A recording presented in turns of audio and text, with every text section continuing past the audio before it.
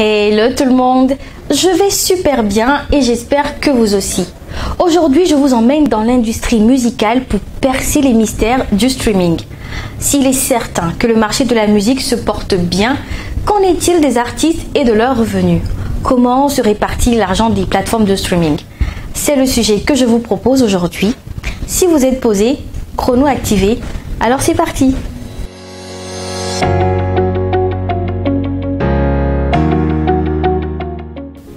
Le streaming fait partie de nos vies depuis plus d'une dizaine d'années. Il est apparu quand Internet s'est démocratisé. Ce service est basé sur la transmission en continu d'un flux audio ou vidéo en ligne. Bon, j'arrête de vous prendre la tête. Pour faire simple, le streaming, c'est la diffusion de musique ou vidéo en ligne sur des plateformes comme Deezer, Spotify, Apple Music, etc. Dans cette industrie, le nerf de la guerre, c'est le catalogue. Et ça, les différents services de streaming l'ont bien compris. Voilà pourquoi chacun joue les gros muscles pour communiquer sur le nombre de millions de titres disponibles avec son abonnement.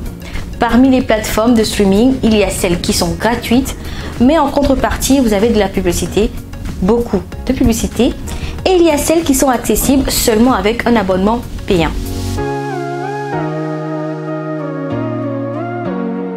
Eh bien, lorsque vous vous abonnez à une plateforme de streaming, vous n'achetez pas un morceau de musique. En réalité, vous payez pour avoir accès à une bibliothèque de musique en ligne.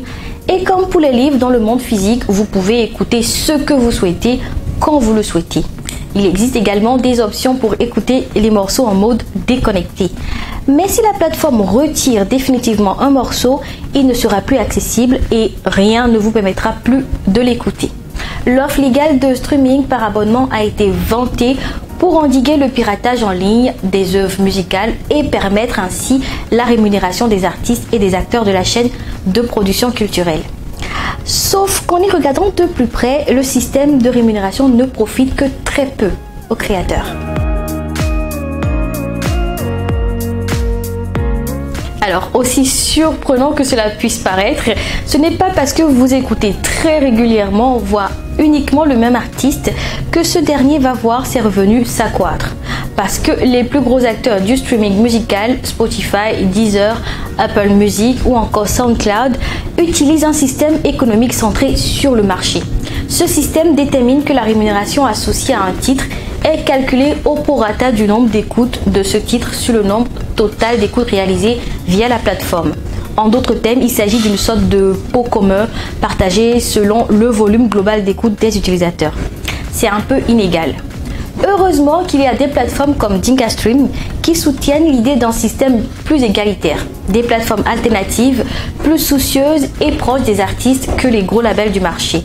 Ces plateformes fonctionnent selon le système de paiement appelé le user-centric, c'est-à-dire un abonnement qui paye seulement les artistes écoutés par l'abonné. En gros, l'artiste est rémunéré par écoute. Mais malheureusement, ce ne sont pas les plus populaires. Le marché du streaming en Afrique est prometteur. Mais pour toute industrie qui souhaite s'installer sur le continent, s'appuyer sur les artistes locaux est incontournable.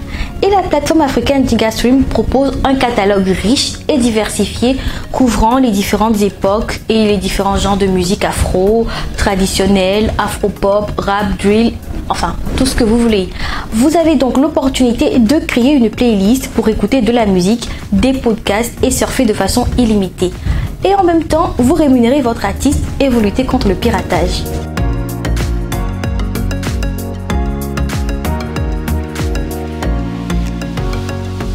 Au-delà de simplement générer des revenus, il y a d'autres bénéfices pour un artiste d'être présent sur une telle plateforme. Les services de streaming offrent la possibilité d'atteindre de nouvelles audiences. Mais il est préférable pour un artiste d'offrir sa musique au moins sur des sites qui payent comme il faut. Voilà, vous savez tout ou presque sur le streaming.